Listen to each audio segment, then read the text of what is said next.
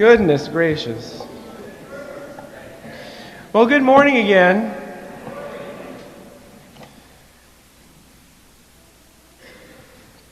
Friends, on this second Sunday in Black History Month, today I want to invite you to think with me about one of the most critical problems our world faces in this age. No, I don't mean climate change, and I don't mean fascism. While both of those problems are real and devastating in their own right, what I'm going to invite you to think about today, in fact, is loneliness. 1/3 of the adults in this country report feeling lonely at least once a week, an experience some researchers are describing as chronic loneliness. The effects are, as you can imagine, a persistent sense of disconnection, isolation, and meaninglessness. However, the harms of chronic loneliness are not just emotional. They can also, in fact, be physiological, resulting in increased risks for heart disease, stroke, and death. According to the CDC, the risk for premature death among those who are chronically lonely is the equivalent of smoking up to 15 cigarettes per day. As you can imagine, with a crisis of this magnitude, lots of solutions are circulating. Some folks think we need to invest more in public gathering spaces so that people can meet one another more easily. Others think we need to emphasize volunteerism and community service so that strangers can brush shoulders with one another more regularly. Still others say we need to increase public safety so that people feel more comfortable leaving the house more often. Amidst all these more general solutions, though, a growing number of people are pointing to a highly specific one: tailgating. Yes, I mean the thing that tens of thousands of people are doing or gearing up to do right now. Yes, I mean that act of sitting in a parking lot with others as a radio or a screen broadcasts a sporting event. Yes, I mean the hot dogs and the drinks and the painted faces and the loud cheering. Tailgating, according to a growing number of researchers, is what just might fix this country's loneliness epidemic. Now, for the committed church folk amongst us, for the people who come here Sunday to Sunday, be it in person or online, you might be thinking that we are currently in a loneliness remedy far better than tailgating. You might think that church is the answer, staring lonely folks right in the face. In fact, you might take a look at history and recall those former decades when people seemed to be less lonely, when church was a thing almost everybody seemed to do. Those decades when church was where you spent your time with your loved ones and the acquaintances you tolerated, the place where you volunteered your time and connected with strangers that might turn into friends. More church, some of us might be thinking, is what people really need, not more tailgating. Meanwhile, others of us in response might say, well, church is a big part of why I feel lonely in the first place. Church, that institution whose abusive teachings shook my sense of self. Church, that place that taught me to hate parts of myself. Church, that so-called community that hurt or harmed me in ways that I'm still figuring out how to heal. For far too many of us, church, in its efforts to be the exclusive place where people found meaning and found companionship and found safety, in its push to be the most important thing in a person's life, church actually ended up feeling like a trap or a cage rather than a home. What a tragedy. This reality, this all too common experience of church, is a tragedy, for one, because it is always tragic when people are abused or betrayed by those they were taught to trust. That in and of itself is tragic. Additionally, though, to my mind, This is especially tragic because of what church set out in its beginning, at least, to be.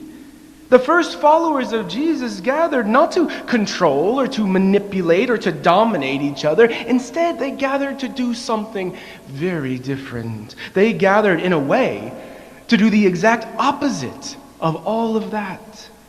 Here's how the gospel, according to John, recalls that primary purpose that led Jesus' followers to first gather. You can follow along in your bulletin. Jesus said to his disciples, "This is my commandment, that you love one another as I have loved you.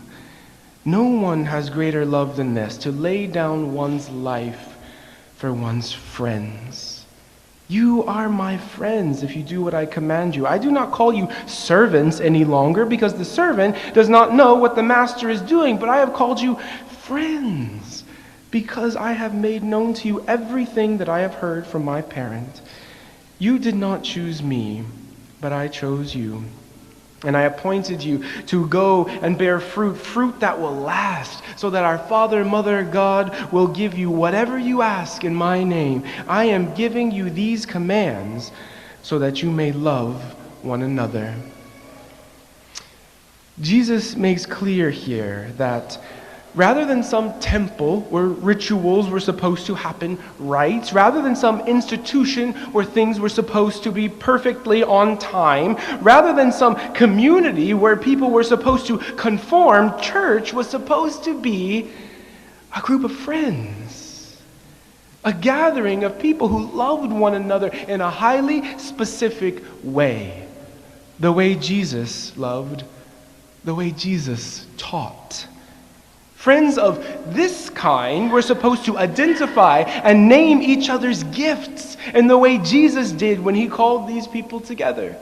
Friends of this kind were supposed to hear each other's pain and sit in each other's challenges as Jesus did with so many.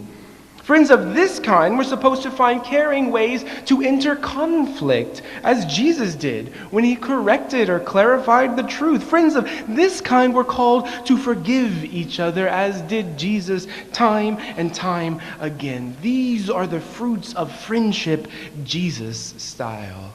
This form of companionship that emphasizes compassion over correctness. It privileges belonging over belief. It thrives in sharing experiences rather than in excluding differences. Instead of seeking to dominate or to control or to confine one another, as so many churches do and have done, friendship Jesus style calls us to revel in relationships that are diverse, deep, and free. And for this reason, friendships of this variety actually have the potential to be everywhere. Christian thinkers and writers of times past and present have routinely looked at church not as a building or even as a group of Christian people. Instead, many folks have seen church as a quality of being in relationship, a particular way of relating to one another, a way that leads to and enables soul care. The Apostle Paul says, for instance, over and over again in the Christian scriptures, that the church is a body, a set of individual parts that relate to one another in profound intimacy and without hierarchy, because each part is necessary for the whole. The 12th century priest St. Elred of Rivaux discussed church as a locus of spiritual friendship. Paraphrasing a passage from 1 John, St. Elred writes, "One who lives in the bond of friendship lives in God, and God lives in them."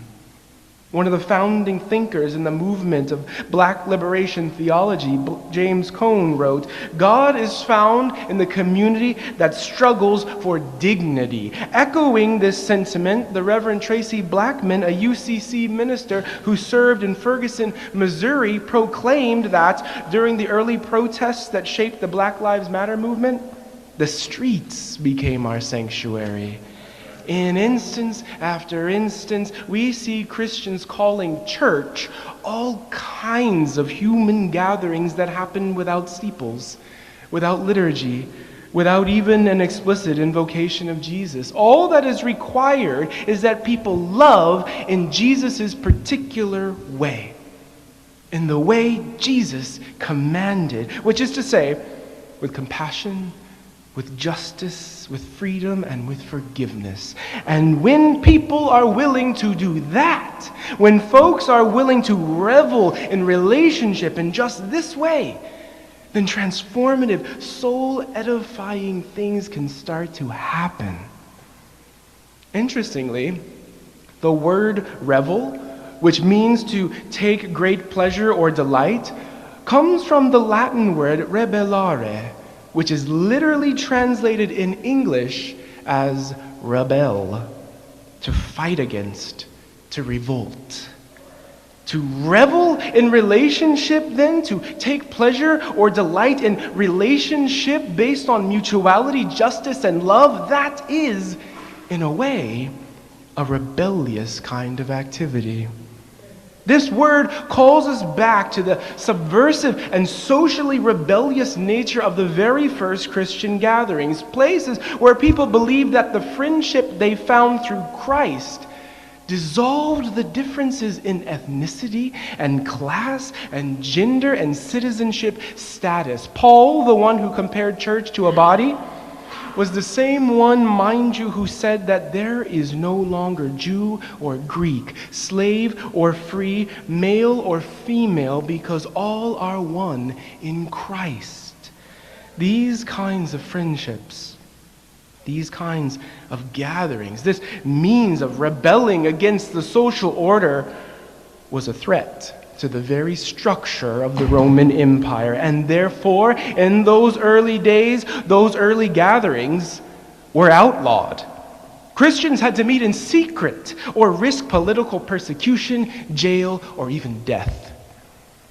Breaking up these kinds of gatherings, places where people get together to revel in relationship and forge friend-based rebellion, eliminating such forms of companionship has continued to be a strategy of tyrants since ancient times. This is why, remember, enslaved folks were not allowed to gather without the watchful eye of some owner or overseer.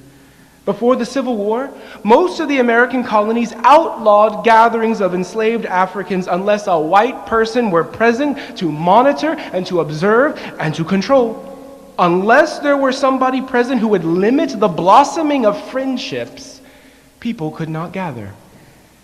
Even kinship among enslaved folks was disrupted, remember? As people were auctioned off, in many instances explicitly to destroy bonds between husbands and wives, between children and parents, between siblings and every kind of loved one. If people could not develop and revel in relationships, bonds rooted in the kind of love Jesus talked about, then they were less threatening, thought to be less likely to rebel. Is it any mystery then that our present regime has focused so intensely not on deporting dangerous criminals as they said they would at the outset, but instead have focused on breaking up relationships, separating children from their parents, spouses from their partners, friends from each other? Given how threatening, deep, and abiding relationships have been to tyrants, is it any surprise that this regime has focused so unrelentingly on disrupting families and distancing friends? This is why First Congo, gathering together in the way Jesus taught, loving as he loved his own dear friends.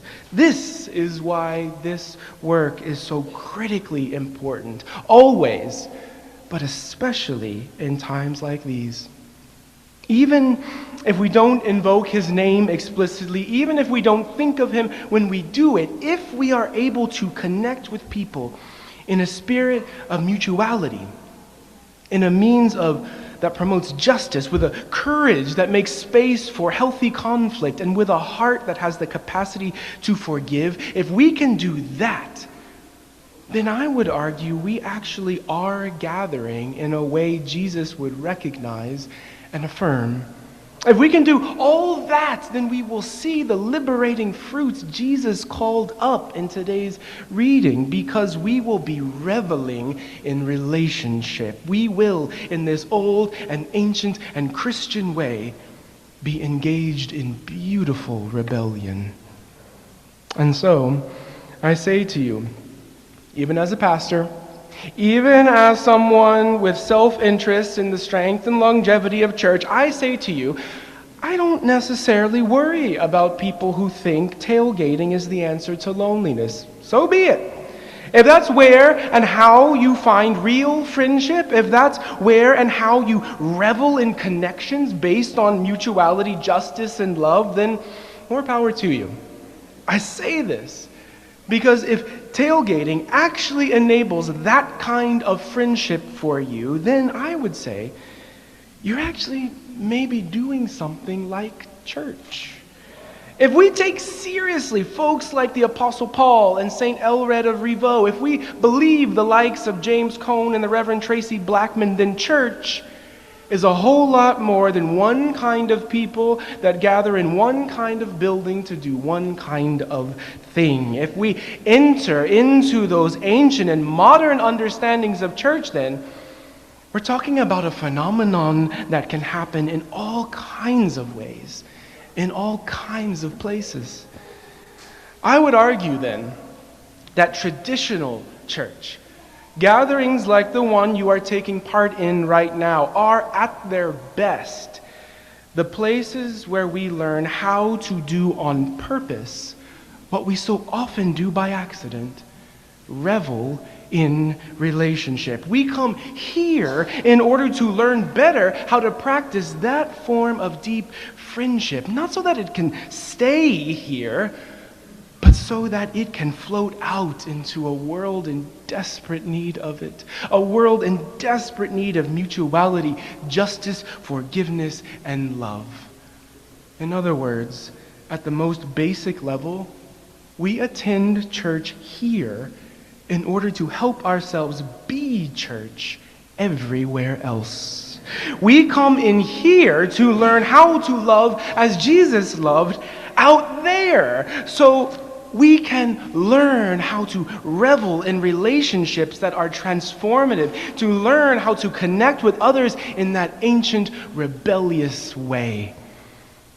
So whether you find yourself tailgating as an answer to your loneliness, whether you find yourself protesting in the sanctuary of the streets, whether you find yourself gathering over mahjong, or volunteering to give out food, or visiting somebody in the hospital, or finally asking that new acquaintance out for lunch, whatever you do to heal the loneliness within you, I invite you to do it with the kind of love Jesus embodied and taught and commanded. And if you do, then you'll find yourself in something transforming, something nourishing, something rebellious, something that might even be called church, no matter what day of the week it happens to be. May it be so, and amen. We now worship God as we present our offerings.